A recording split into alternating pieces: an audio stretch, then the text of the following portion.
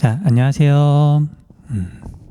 자, 우리가 지난 영상까지 해서 세계 기후를 이해하는 데 필요한 기본 지식을 다 정리했죠. 그런데 지난 영상에서도 여러 번 이야기했던 것처럼 세계 기후는 지구 과학 지식이 조금 필요해요. 그러다 보니까 아무리 선생님이 이렇게 강조를 해도 여러 번 말을 해도 과학이 너무 싫어서 또는 과학이 너무 어렵다고 생각해서 여기에서 세계 지리를 포기하는 학생들이 꽤 많더라고요. 정말 걱정이 많아요. 포기할 필요가 없는데. 자, 그래서 다시 한 번만 짧게 이야기하고 이제 세계 기후를 본격적으로 이야기를 해볼게요. 자, 여러분들 원리와 개념을 중심으로 우리 지구를 완벽하게 이해해야 되는 건 지구과학이에요. 뭐 지구의 공전, 자전, 뭐 자전축이 얼마나 기울어졌는지 그런 건 이제 지구과학에서 하는 거고요. 세계 지리는 원리와 개념 때문에 이제 나타나는 어떤 현상, 결과 그것만 정확하게 알고 있으면 돼요. 자, 예를 들면 위도에 따라서 낮과 밤의 길이가 달라지는데 변화하는 정도가 달라지는데 우리 세계지리에서는 6월 무렵에는 북극점에서 남극점으로 갈수록 북극점은 백야, 남극점은 극야. 그래서 북극점에서 남극점으로 갈수록 낮의 길이가 짧아진다. 그 다음에 반대로 12월 무렵에는 남극점은 백야, 북극점은 극야. 그래서 남극점에서 북극점으로 갈수록 낮의 길이가 짧아진다. 그것만 알고 있으면 되는 거예요. 그 정도는 여러분들도 당연히 충분히 할 수 있잖아요. 그렇죠. 그리고 이제 우리가 사실 원리에 대해서는 충분히 설명을 했기 때문에 앞으로 나오는 뭐 교재 내용 부분이나 아니면 문제풀이에서 그런 내용들을 중심으로 우리가 꼭 알아야 되는 걸 중심으로 이제 실제로 문제를 어떻게 푸는지 그 부분들을 콕콕 찍어가지고 정리를 좀 할 거거든요. 자, 그러니까 너무 걱정하지 마시고 잘 따라와 주세요. 자, 어쨌든 자 이제 이번 시간부터 세계 기후를 본격적으로 시작을 할 거고, 그런데 이제 앞에 부분에 봤더니 물론 지난 영상에서도 살짝 봤던 건데 중요한 부분은 빠르게 복습하고 그 다음에 살을 붙일 게 조금 있으면 조금 붙여가면서 정리를 좀 할게요. 자, 기후 요소와 기후 요인 이야기 다 했던 거니까 뭐 여기는 그대로 넘어가시면 되고요. 그 다음에 기후 요인 중에 누가 뭐래도 제일 중요한 건 위도였었죠. 파란색으로 갈까? 그래서 위도에 따라 결정되는 게 너무너무 많았는데 대표적인 게 위도가 높아지면 평균 기온이 낮아진다. 적도에서 극지방으로 갈수록 태양으로부터 받는 에너지가 줄어들기 때문에 태양의 입사각이 달라지기 때문이다. 따라서 평균 기온이 달라지면서 당연히 기온에 따라서 이렇게 자라는 식물들도 달라지고 기후때도 달라지죠. 그래서 적도 근처 저위도에서는 열대 기후가, 그 다음에 중위도 지역에서는 주로 온대와 냉대 기후가, 그 다음에 고위도로 가면 한대 기후가 나타나요. 열대, 온대, 냉대, 한대, 적도에서 멀어지는 순서예요. 자, 그래서 뒤에 가면 우리가 이제 쾌펜의 기후 구분이라는 걸 공부할 텐데 쾌펜이라는 기후학자가 세계의 기후를 구분할 때 적도에서부터 멀어질수록 서로 다른 어떤 이제 기후들이 나타난다, 변한다. 자, 그래서 아무 의미 없이 그냥 알파벳을 붙였어요. 그래서 적도 근처에서 나타나는 기후는 A, 첫 번째 기후다. 그 다음에 열대 기후보다는 적도에서 조금 떨어진 곳에 갔더니 이제 사하라 사막 건조 기후가 있더라. 쾌펜은 이제 유럽 사람이니까요. 우리 대륙의 서쪽을 좀 생각하셔야 돼요. 자, 그래서 여기에는 없지만 건조 기후를 B라고 이렇게 쓰고요. 적도에서 두 번째 떨어진 기후대. 그 다음 온대가 C고요. 냉대가 D고 그 다음에 한대를 E라고 이렇게 기후로 만들었어요. 단순하죠? 쉽죠? 자, 아무튼 이렇게 기후대가 위도에 의해서 거의 결정이 된다. 자, 그 다음에 저위도하고 고위도하고 비교해 봤더니 여름과 겨울철에 낮과 밤의 길이가 변하는 정도도 다르고요. 태양의 고도가 변하는 정도도 달라서 적도 근처는 연교차가 작다. 특히 적도는 연교차가 거의 없는 데에 비해서 고위도로 갈수록 대체로 기온의 연교차가 커진다. 연교차 굉장히 자주 물어보니까 다시 한번 정리를 좀 해두세요. 기온의 연교차. 자, 그 다음에 이제 위도와 강수를 여기 따로 정리를 했는데 우리가 앞에서 이미 이야기를 자세히 했었죠. 그런데 중요한 부분 다시 한번 이야기해 줄게요. 자, 적도 부근은 이제 위도가 0도인 곳, 부근은 적도 수렴대가 형성이 된다. 자, 우리 적도 수렴대는 여기에 지금 추가로 설명이 돼 있죠. 자, 그런데 조금만 깊게 들어갈게요. 물론 앞에서 한번 설명했던 거예요. 자, 여러분들 지구상에서 제일 더운 곳이 열적도라 그랬었죠. 열적도. 자, 그래서 우리가 용어 중에 열적도는 이제 기온을 기준으로 붙인 이름이에요. 지구상에서 실제로 제일 더운 지점을 연결한 선. 물론 이 열적도는 7월 달하고 1월 달에 7월 달은 북반구, 1월 달엔 남반구 위치가 조금 변했었죠. 그래서 어쨌든 열적도라는 개념이 있고요. 그 다음에 기온이 높은 곳은, 자, 열적도는 지구상 어느 지점보다도 기온이 높아요. 가장 기온이 높죠. 자, 그럼 기온이 높으면 상승기류, 하강기류. 상승기류. 자, 그래서 열적도가 위치하는 곳에 기온이 높으니까 저기압대가 형성이 돼요. 기온이 높으면 상승기류, 저기압. 우리가 앞에서 바람이 부는 원리에서 자세히 했잖아요. 자, 그래서 열적도가 생기는 곳에 위치하는 곳에 적도 저기압대가 만들어져요. 적도 저기압대. 자, 적도라는 말 대신에 열대라는 말을 쓴다고도 했었죠.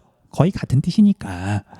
자, 그래서 상승기류가 이렇게 만들어지면 물론 이제 상승한 공기는 이렇게 고위도로 가다가 하강해서 다시 적도로 돌아오는데, 그래서 북동 무역풍, 남동 무역풍이 이렇게 상승하는 적도 저기압대 근처에서 서로 만나요. 그쵸? 만나서 이렇게 상승하는 거잖아요. 그래서 두 바람이 적도 근처에서 만난다, 수렴한다, 수렴되죠.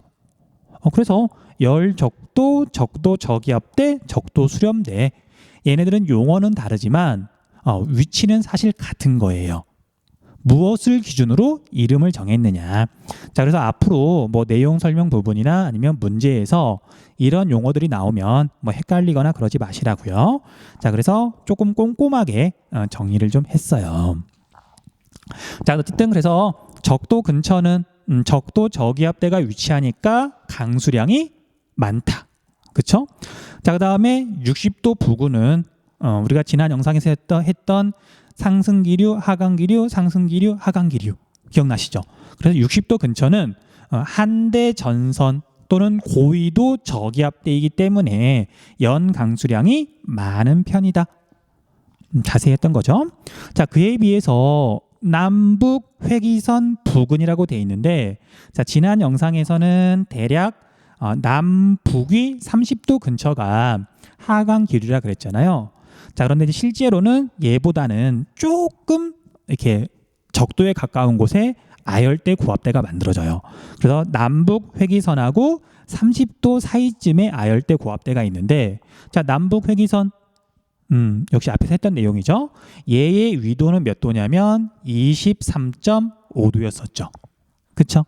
그래서 이 사이에 아열대 고압대가 있는데 1년 내내 고기압의 영향을 받으므로, 고기압은 저기압의 반대. 날씨가 맑다, 비가 적게 내린다, 건조하다고 생각하시면 돼요. 자, 그래서 연 강수량이 적은 지역이 많다. 이 위도대에는. 그쵸? 여기까지 했던 거 어려운 거 없으니까 역시 넘어갈게요. 자, 그 다음에 이 그림은 너무 어렵게 생각하지 마시고요. 그냥 지구의 자전축이 23.5도가 이렇게 기울어진 상태에서 태양의 둘레를 돌다 보니까 뭐가 생긴다? 계절 변화가 생긴다. 낮과 밤의 길이 변화가 생긴다. 태양의 고도가 시기에 따라서 이렇게 변한다. 그것만 알고 있으면 돼요. 자, 이 그림 자체를 우리 세계지리에서는 등장하지도 않고요. 이렇게 물어보지도 않아요. 정말 그런지는 기출문제를 보고 확인하시면 돼요. 자, 다음으로 해발 고도도 이야기를 했었죠. 자, 우리가 위로 올라가면 굉장히 추워지고 100m 올라갈 때마다 평균적으로 이렇게 범위라고 적었지만 100m 올라갈 때마다 0.65도씩 낮아져요. 자, 지구과학을 공부한 친구들은 이 숫자가 좀 반가울 수도 있어요. 하지만 우리는 이런 것도 필요 없어요. 그냥 위로 올라가면 추워진다. 자, 그래서 해발 고도가 낮은 곳은 사람이 너무 살기 힘든데, 너무 더워서 살기 힘든데 적도 근처가 되겠죠. 근데 그런 곳에 높은 산지나 높은 고원이 있으면 해발 고도가 높은 곳은 오히려 사람이 살기 좋겠죠. 그래서 해발 고도하고 관련해 가지고는 적도 근처에 해발 고도가 높은 곳만 물어본다 그랬어요. 자, 굳이 이제 지도를 뭐 따로 띄우진 않을 거고요. 말로만 할게요. 자, 적도가 이렇게 쭉 지나가는데 아프리카 쪽에서는 약간 북쪽에 있는, 적도에서 약간 북쪽에 있는 에티오피아에서 열대 고산 기후가 나타난다. 자, 이 정도쯤 했으면 여러분들 머릿속에서 대략적인 위치를 그릴 수 있어야 돼요. 수업 시간마다 세계 지도를 봤는데, 여러 번 봤는데 아직도 아프리카가 어떻게 생겼는지 잘 모르겠다. 조금 문제가 있는 거예요. 물론 아직 안 했으면 다시 한번 되는 거고요. 아무튼 성실하게 지도를 자주 봐주세요. 자, 그 다음에 이렇게 적도가 쭉 이어져서 태평양을 지나서 남아메리카에 와서 봤더니 남아메리카의 서쪽, 남아메리카에서 태평양 쪽에는 안데스 산맥이 있어서 그 위에 이제 고산 기후가 나타난다. 자, 그래서 여러분들 안데스 산맥 위에, 적도 근처에 안데스 산맥 위에 이렇게 발달한 고대 문명이 잉카 문명이잖아요. 그렇죠? 거기가 사람이 살기 좋으니까. 그래서 역시 넘어가시면 돼요. 자, 그다음에 수륙 분포도 이제 이야기를 했는데, 자, 수륙 분포는 주로 중위도 지역만 물어본다 그랬죠. 중위도 지역. 자, 그래서 내륙하고 해안가하고 비교하면 내륙이 온도 변화가 더 심해서 여름에 더 덥고 겨울에 더 추워서 연교차가 크고, 해안가는 상대적으로 물의 영향을 받으니까 연교차가 조금 작다 그랬죠. 그리고 또 중위도 지역은 편서풍의 영향을 받기 때문에 대륙의 동쪽하고 대륙의 서쪽하고 우리나라하고 영국 쪽하고는 좀 다르다 그랬잖아요. 그래서 대륙의 동쪽, 우리나라 쪽은 대륙의 영향을 많이 받아서 대륙성 기후, 연교차가 큰 기후가 나타나고요. 물론 대륙의 내부보다는 연교차가 좀 작아요. 하지만 연교차가 굉장히 큰 편이에요. 자, 그에 비해서 대륙의 서쪽은 연교차가 작은 해양성 기후가 나타난다. 빠르게 복습하는 거예요. 그래서 수륙분포도 역시 넘어가시면 되고요. 넘어가기 전에 여기에 보면 비열이 작아서 뭐 이런 정말 과학스러운 용어가 나오는데 지우세요. 물론 선생님이 설명하면 자세히 설명할 수 있지만 이런 거 몰라도 상관없어요. 대신 똑같은 에너지를 받을 경우 땅이 물보다 온도가 더 빨리 변한다. 그것만 알고 있으면 돼요. 됐죠? 넘어갈게요. 그 다음 격해도는 수륙 분포하고 사실 거의 비슷한 개념이에요. 격해도, 간격, 떨어질 격이에요. 그래서 바다에서 떨어진 정도를 격해도라고 부르는데, 바다에서 멀리 떨어지면 당연히 땅의 한가운데가 되면, 대륙의 중심부가 되면 당연히 온도 변화가 심하겠죠. 그걸 말하는 거예요. 근데 한 가지 더. 자, 우리가 이제 한국 지리를 공부한 친구들하고 세계 지리를 공부한 친구들하고 약간 헷갈리는 부분이 있더라고요. 그것만 짧게 정리할게요. 자, 우리 아시아 대륙이 요만하다고 가정을 해보면 겁나 크죠? 그 다음에 우리나라는 여기쯤에 요만하게 붙어 있어요. 서러워. 우리나라 좀 작죠? 자, 그래서 이제 우리가 한국 지리를 여러분들은 이제 2학년 때 공부를 했는데, 한국 지리에서 내륙하고 해안하고 비교를 하면 어디가 더 강수량이 많다? 내륙이 더 많다. 그쵸? 왜냐하면 지형성 강수가 많이 내리니까. 자, 물론 지금 선생님이 하는 이야기 뭐 잘 몰라도 상관없어요. 어쨌든. 그런데 이제 우리나라는 크기가 작다 보니까 바다에서 증발한 수증기가 우리나라 가운데 내륙까지 이렇게 이동하는데 아무 문제가 없어요. 워낙 작으니까. 하지만 자, 여기 태평양에서 증발한 수증기가 아시아 내륙 가운데로 이동하고 있어요. 여기서 증발한 수증기가 어쨌든 이렇게 이동하는 과정에서 얘는 덩치가 너무 크다 보니까 면적이 너무 넓다 보니까 가면서 이제 비나 눈이 돼서 다 여기다가 이제 뿌려요. 그래서 여기 대륙 가운데 와서 봤더니 이렇게 공기 중에 수증기가 적겠죠. 적을 수밖에 없잖아요. 그러다 보니까 커다란 대륙의 내부는 사막이 만들어져 있다. 자, 이것도 뒤에 가면 건조 기후에서 정리를 할 거예요. 자 이제 이게 물론 인문계 과목이고 사회탐구 과목이지만 선생님의 뭐 업부일 수도 있어요. 여러분들 1학년 때 우리가 이제 지구과학을 공부하는 친구들은 세계지를 하면 좋다. 실제 그런 것 같죠. 지금까지 했던 얘기들 중에 지구과학이랑 겹치는 게 너무 많잖아요. 그래서 가끔 약간 지구과학스러운 이야기도 좀 해줄게요. 선생님이 이래봬도 지구과학을 굉장히 좋아했던 사람이에요. 자, 여러분들 우리 대륙이 이동하는 건 알고 있죠. 그래서 과거에 하나의 커다란 대륙이 있었고 그걸 우리가 판게아라고 부르죠. 판게아 엄청 크잖아요. 자, 판게아 내부에는 엄청 큰 사막이 있었어요. 당연하죠. 지금 아시아보다 훨씬 큰 대륙이니까 그 내부에는 수증기가 공급이 거의 안 됐단 말이에요. 그렇죠? 자, 그래서 오늘날 그 판게아 중심부에 해당하는 지역에 가면 그 당시 건조했던 환경에 대한 흔적이 조금은 남아있다 그러더라고요. 자, 아무튼 커다란 대륙의 내부는 수증기 공급이 잘 안 돼서 건조 기후가 나타난다. 됐죠? 어렵지 않죠? 넘어갈게요.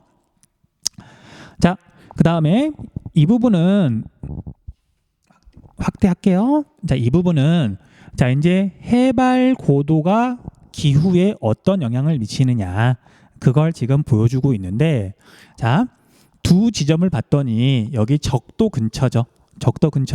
자, 해발 고도에 따른 기온 차이는 적도 근처를 비교할 수밖에 없어요. 자, 조금 있다가 우리 기후 그래프를 보는 방법을 자세히 설명할 건데 얘는 마나우스라 그래가지고 여기 아마존강 그 유역 그 한가운데 있어요. 해발 고도가 높지 않아요. 여기도 보다시피 250m가 안 되죠. 자, 그에 비해서 키토는 에콰도르의 수도인데 해발 고도가 거의 3000m 가까이 돼요. 그래서 마나우스하고 키토하고 얘 기온을 봤더니 1월부터 12월까지 1월부터 12월까지 기온 변화는 거의 없죠. 연교차가 작은 거예요. 다시 연교차는 해발 고도하고 별로 상관없어요. 그냥 여기 평지에 비해서 해발 고도가 낮은 곳에 비해서 해발 고도가 높은 곳은 그냥 일정하게 기온이 낮은 것뿐이에요. 자, 그래서 앞으로 이제 우리가 기후 그래프가 나올 때 여러분들이 제일 먼저 봐야 되는 게 연교차가 얼마나 되느냐. 연교차가 이렇게 거의 없거나 5도 미만이다. 그럼 기온이 얼마나 높냐 낮냐고 상관없이 그냥 적도 근처라고 보시면 돼요. 적도 근처. 이것처럼 정말 아예 차이가 없으면 그냥 적도구나라고 생각하면 돼요. 자, 다시 앞으로 기후 그래프가 나오면 제일 먼저 봐야 되는 건 연교차다. 특히 연교차가 작은 건 적도나 적도 근처다. 됐죠? 굉장히 중요한 거예요. 자, 물론 앞으로 계속 강조를 해줄 거니까 일단 머릿속에 좀 담아두세요.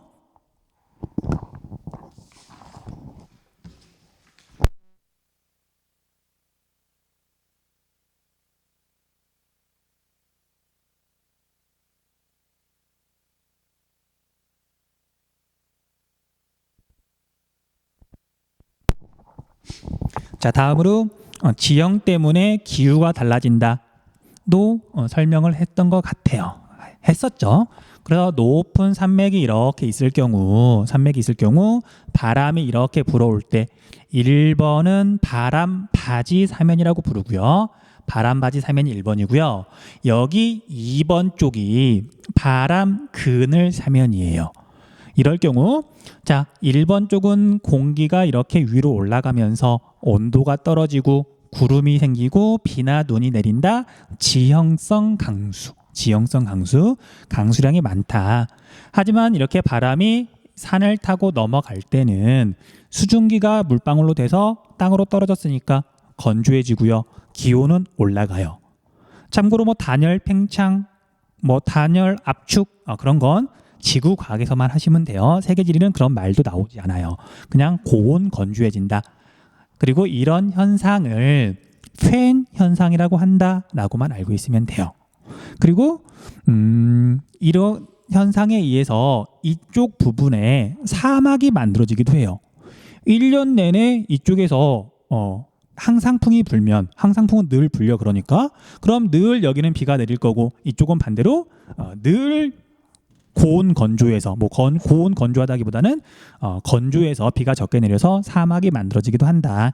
자, 대표적인 사막이 남아메리카에 있는 파타고니아 사막이에요.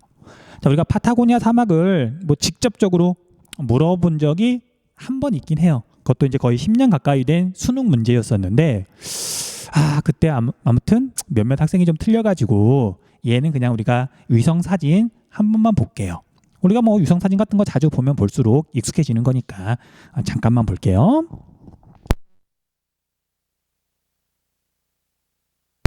자, 얘가 남아메리카죠. 남아메리카고요. 그 다음에 얘를 반듯하게 세워놓고 보면 이렇게 보일 거고요. 여기다가 조금만 이렇게 표시를 해볼게요. 자, 여기가 이렇게 지금 적도예요. 적도. 얘가 지금 에콰도르고요. 에콰도르고. 그 다음에 여러분 안데스 산맥은 어디에 있냐면 나중에 우리가 이제 구글 어스에서 해발 고도 지형도 보여줄 건데 대략 안데스 산맥은 이제 이렇게 뻗어 있는 거예요. 이렇게 거의 태평양에 붙어 있죠. 자, 그러면 이제 위도에 따라서 무역풍, 편서풍, 극동풍이 부는데, 자, 남아메리카의 중위도 지역은 편서풍이 바다에서 불어오니까, 자, 바다에서 불어오는 편서풍은 강한 편이에요. 마찰이 적으니까 바다는. 그래서 편서풍이 이렇게 지금 태평양에서 남아메리카 쪽으로 불고 얘가 안데스 산맥을 넘어가요. 안데스 산맥을 넘어가면 이쪽은 비가 많이 내리는 데 비해서 이쪽은 상대적으로 이제 비가 적게 내리고 뭐 심지어 사막이 만들어지기도 하는 거죠. 여기가 바로 파타고니아 사막이에요. 파타고니아 사막. 됐죠? 그래서 이제 그때 이제 학생들이 헷갈렸던 게 뭐냐면, 자, 이제 우리가 한류 때문에 만들어지는 사막도 얼핏 공부를 했잖아요. 해류가 이렇게 남반구에서는 반시계 방향으로 도는데 이렇게 가는 게 한류고, 이것 때문에 이쪽 태평양 연안에는 사막이 만들어진다. 색깔이 밝죠. 식물이 없다는 뜻이에요. 사막이에요. 그런데 이제 여기가 좁다 보니까 여기 사막하고 여기 사막하고 이어져 있다고 생각하는 친구들이 많더라고요. 아니죠? 방금 설명했던 것처럼 이쪽은 안데스 산맥이라고 하는 세계에서 두 번째로 높은 산맥이거든요. 이 산맥을 바람이 타고 넘어오면서 건조해지는 거. 그래서 사막이 만들어진 거고, 그리고 여기는 안데스 산맥이 있고 이쪽은 바닷가를 흐르는 페루 해류, 뭐 이름은 몰라도 상관없어요. 그 다음에 이 페루 해류를 여기에서 이제 어떤 탐사를 많이 한 되게 유명한 사람 이름을 따서 훔볼트 해류라고도 불러요. 훔볼트 해류. 물론 몰라도 돼요. 자, 아무튼 그래서 여기에 있는 사막과 여기에 있는 사막은 다른 거고, 파타고니아 사막이 바로 바람 그늘 사면 쪽에 만들어져 있는 사막이다. 됐죠? 그렇게 정리 좀 해두세요. 넘어갈게요. 자, 다시 이제 수능 특강으로 돌아와서, 자, 이제 6번 해류 볼게요. 해류. 자, 앞에서 얼핏 여러 번 했던 것 같아요. 난류가 있고 뭐 한류가 있는데, 자, 우리가 난류와 한류가 어디 부분에 영향을 미치는지는 지난 영상에서 자세히 했잖아요. 자, 이제 이 중에 한류가 훨씬 중요해요. 한류 때문에 사막이 만들어지니까. 자, 그래서 아까 방금 살펴봤던 남아메리카 태평양 쪽에 밝은 부분이 있었죠. 거기가 한류 때문에 만들어진 사막이고요. 그 다음에 한 군데 더 뚜렷하게 나타나는 곳이 아프리카의 역시 서쪽이에요. 중위도 서쪽. 그럼 여기도 마찬가지로 이렇게 한류가 흐르면 이쪽에 사막이 만들어져 있어요. 이 사막 이름이 나미부 사막이고요. 얘는 아프리카 쪽에 있는 사막이고요. 그 다음에 여기 아타카마 사막이 아까 살펴봤던 남아메리카에 있는 사막이에요. 그 정도만 보시면 돼요. 그 다음에 여기는 뭐 난류가 영향을 미치는데 뭐 이 부분에 대해서 절대 물어보지 않아요. 중요한 곳은 여기다. 기억 좀 해두세요. 됐죠? 넘어갈게요. 자, 그 다음에 우리 대기대순환. 자, 이제 우리가 지난 영상에서 여러 번 봐서 그런지 익숙하죠? 그래서 얘를 뭐 다시 설명하고 싶진 않고요. 설명하고 싶진 않고, 그래도 이제 우리가 대기대순환이 워낙 중요하니까 간단한 우리 대기대순환 그 그림 있었죠. 그것만 다시 한번 빠르게 그려볼게요. 자, 선생님도 지금 이걸 여러 번 그리고 있거든요. 여러분들도 한 번쯤은 이렇게 백지 꺼내놓고 연습장 꺼내놓고 선생님이 그리듯이 한번 그려봐야 돼요. 그쵸? 한번 해보세요. 그래야 내 거가 되고 완벽하게 이해할 수가 있어요. 자, 지구를 한번 그리면 이렇게 그리고요. 지구는 원에 가까우니까 원을 그리고요. 그 다음에 가운데는 적도가 이렇게 있고요. 그 다음에 여기는 북극점, 여기는 남극점. 그 다음에 대기대순환은 3개의 고리로 이루어져 있으니까 이걸 각각 3등분을 한다 체크를 하시고요. 자, 그 다음에 숫자도 쓸게요. 30도, 60도, 여기도 30도, 60도. 그리고 이제 수직으로 공기가 어떻게 움직이는지를 표시를 할 건데, 자, 우리 적도 근처는 지구상에서 제일 더우니까 더운 곳은 무조건 상승 기류. 그 다음에 극지방은 제일 추우니까 무조건 하강 기류. 남극도 마찬가지죠. 하강 기류. 그 다음에 30도, 60도는 이제 적도랑 극지방이랑 서로 반대로 이렇게 표시를 해주면 돼요. 30도 근처에서는 하강 기류, 60도 근처에서는 상승 기류, 30도에서는 다시 하강 기류, 60도에서는 다시 상승 기류. 그쵸? 이렇게 상승, 하강 표시를 하고요. 그 다음 이제 여기 위도대에다가는 글씨를 좀 간단하게 써볼게요. 자, 적도는 상승 기류, 저기압대. 상대적으로 강수량이 많다. 저기압은 날씨가 흐리니까. 자, 여기는 적도니까 적도라고도 적고요. 그 다음에 여기는 열대 기후가 주로 나타나니까 적도 저기압대가 형성이 된다. 적도 저기압대. 자, 그 다음에 여기 30도 정도는 고기압대인데 여기는 온대 기후 지역 중에서는 적도랑 가까워서 꽤 더운 지역이에요. 자, 그래서 적도만큼은 아니지만 적도랑 비슷한 기후가 나타난다. 아열대 지역이다. 그럼 여러분, 우리가 지구 온난화 공부할 때 우리나라 기후가 아열대 기후로 바뀐다 그랬잖아요. 단숨에 열대 기후가 되는 건 아니고요. 열대랑 비슷하게 바뀌고 있다. 아열대라 그래요. 아열대 고기압대. 자, 그 다음에 여기는 고위도, 60도면 꽤 위도가 높으니까, 그 다음에 여기는 저기압이 발달해 있으니까 저기압대. 그 다음에 이렇게 극지방으로는 남극도 마찬가지예요. 극고기압이 있다. 했던 내용이죠. 자, 그 다음에 이제 여기에다가 바람을 표시를 할 건데, 무역풍, 편서풍, 극동풍을 표시를 할 건데, 자, 이제 좀 더 단순하게 그릴게요. 자, 지구는 한쪽 방향으로 자전하기 때문에 전향력이 발생하고, 그래서 바람이 직진하지 못하고 한쪽 방향으로 휜다. 자, 이제 우리는 원리까지 다 알았고 그림도 한번 그려봤으니까 단순화시켜서 이렇게 지금 커다란 부등호를 그리세요. 부등호를 그리고요. 자, 30도에서 하강한 공기가 적도 쪽으로 돌아오는데 이 방향으로 돌아오는 거예요. 그 다음 30도에서 하강한 공기가 60도로 가는데 이 방향으로 지금 가는 거죠. 여러분들은 화살표 표시만 하시면 돼요. 그 다음 극지방에서 하강한 공기가 60도로 오는데 이 방향으로 오는 거죠. 진행 방향의 오른쪽으로 북반구에서는 휘더라. 그 다음 남반구는 반대로 그리면 돼요. 30도에서 하강한 공기가 적도 쪽으로 역시 돌아오는데 이 방향으로 돌아오죠. 그 다음 30도에서 하강한 공기가 60도로 가는데 이 방향으로 가는 거고, 극에서 하강한 공기가 60도로 오는데 이 방향으로 오는 거잖아요. 그래서 커다란 부등호를 이렇게 그리고요. 지구가 서쪽에서 동쪽으로 자전하기 때문에 부등호 방향이 이제 이 방향이 되는 거예요. 원리는 몰라도 상관없고 이제 결과만 우리는 이제 외우면 되는 거죠. 저기압 대 고기압 대 저기압 대 고기압. 강수량 많고 적고 많고 적고. 됐죠? 그 다음에 이제 바람 이름도 한 번만 써볼게요. 자, 여기는 무역풍이라고 그러는데 이쪽은 여기다 적어볼까요? 얘는 무역풍이라고 하는데 북반구는 북동무역풍. 북동쪽에서 불어오니까. 그 다음에 남반구는 남동무역풍. 그쵸? 그 다음에 여기는 편서풍. 중위도 지역은 편서풍. 그 다음에 여기도 마찬가지로 그냥 편서풍이에요. 굳이 안 적을게요. 그 다음에 극지방에서 부는 바람은 극동풍. 그 다음에 여기도 극동풍. 자, 우리가 이제 여러 시간에 걸쳐서 했지만 그걸 지금 정리를 하면 이렇게 정리를 할 수 있는 거예요. 자, 여러분들, 자, 집에서 혼자 이 그림을 그리는데 사실 시간이 얼마나 걸릴까요? 뭐 한 2분?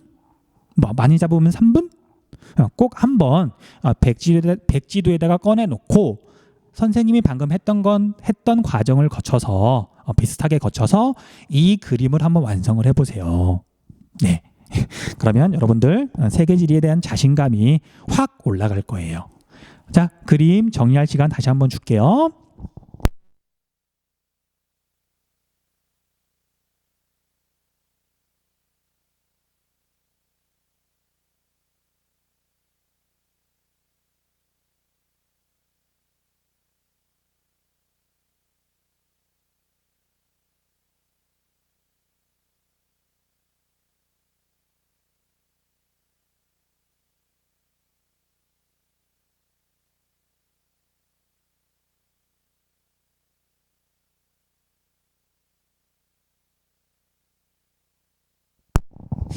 자, 세계 연평균 기온과 뭐 강수량 분포라고 하는 지도가 있는데, 자, 이제 우리가 앞에서 공부했던 것들을 이제 한번 이제 찾아볼게요. 뭐 적용해 볼게요.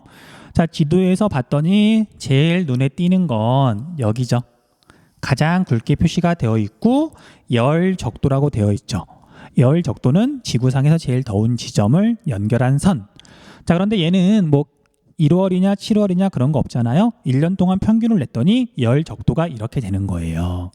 자, 열 적도가 적도랑 다른 이유는 지구가 균일하지 않으니까, 지표면이 대륙과 해양으로 이루어져 있는데 분포가 불규칙하니까. 그래서 이렇게 약간 오르락내리락 변화가 있는 거예요. 알아보시면 되고요. 자, 그 다음에 여기 온도는 연평균 기온을 나타낸 거예요. 연평균 기온. 그래서 적도에서 멀어지면 멀어질수록 연평균 기온은 낮아진다. 역시 했던 내용이죠. 자, 그 다음에 여기 이제 음영 부분은 연 강수량을 나타낸 건데, 자, 적도 쪽은 당연히 증발량이 많고, 그 다음에 또 여기는 적도 저기압대가 있으니까 강수량이 굉장히 많은 편이고요. 그 다음에 고위도로 가면 갈수록 이제 연 강수량은 대체로 줄어들지만 남회기선, 북회기선 중요하니까 이렇게 표시가 되어 있는 거거든요. 이 근처에서는 강수량이 적다. 사하라 사막부터 여기 아라비아 반도에도 사막이 있고요. 그 다음에 여기 오스트레일리아, 여기도 지금 커다란 사막이 있죠. 그렇죠. 그 다음에 여기 대륙 내부는, 아시아 대륙의 내부는 당연히 커다란 사막이 있는 거고요. 그 다음에 여기 고위도 지역으로 오면 다시 고위도 저기압대 때문에 강수량이 많아지고, 그 다음에 극지방으로 가면 강수량이 엄청 줄어든다. 단 여기 극지방 고위도 지역은 물론 비나 눈이 되게 적게 내리지만 기온이 너무 낮다 보니까 증발량은 더 적어요. 강수량이 적지만 건조하진 않다. 그쵸? 그렇게 보시면 돼요. 자, 이번 영상은 여기에서 한번 끊을 생각인데, 자, 끊기 전에 우리가 위성사진은 자주 보면 좋으니까 위성사진 한 번만 볼게요.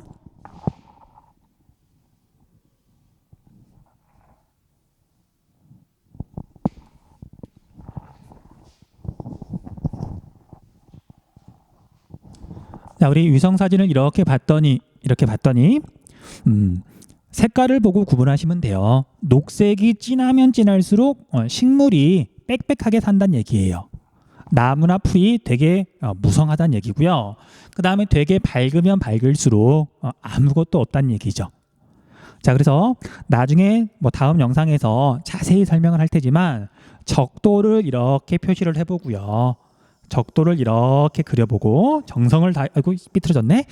이쪽이 약간 내려갔네요. 그려보고 적도 근처는 기온도 높고 당연히 강수량도 많으니까 식물들이 엄청 많이 살아요. 정글 생각하면 돼요. 자, 그런데 이제 약 23.5도 회기선에서 30도 사이에는 아열대 고압대가 있어서 사막이 만들어진다 그랬잖아요. 여기 부분 봤더니 오유 사막이죠. 그 다음에 여기도 지금 녹색이 아니죠.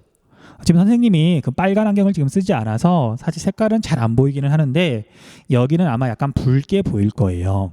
자, 여기는 철분이 많아서 철이 녹슬어서 붉게 보이는 거거든요. 거의 사막이에요. 오스트레일리아는 대부분 사막으로 이루어져 있고요. 그 다음에 여기는 아열대 고압대 때문이 아니라 바다에서 너무 멀리 떨어져 있다 보니까 사막이 나타나고요. 그 다음에 더 위도가 높아지면 이제 고위도 저기압대 영향을 받아서 이렇게 강수량이 많아져서 식물이 잘 자라고요. 그 다음에 어쨌든 더 고위도로 가면 이제 얼핏 보이지만 빙하 같은 거 보이죠. 이렇게 세 개의 큰 특징을 이렇게 구분할 수 있어요. 자, 여러분들 뭐 앞으로 자주 볼 거니까 이렇게 수업 시간마다 봐도 좋고요. 그 다음에 집에다가 구글 어스는 그냥 깔아두시면 좋아요. 자, 물론 이건 이제 구글 어스는 아니고요. 우리가 세계지리를 하다 보니까 구글 사이트에 있는 구글 지도예요. 우리가 다음이나 네이버는 한반도만 나오거든요. 우리나라만 나오거든요. 자, 아무튼 얘는 세계 지도 위성 사진 자주 봐주세요. 자, 일단 이번 영상은 여기에서 끊고요. 다음 영상에서는 이제 열대 기후로 본격적으로 들어가도록 할게요. 자, 다음 영상에서 만날게요.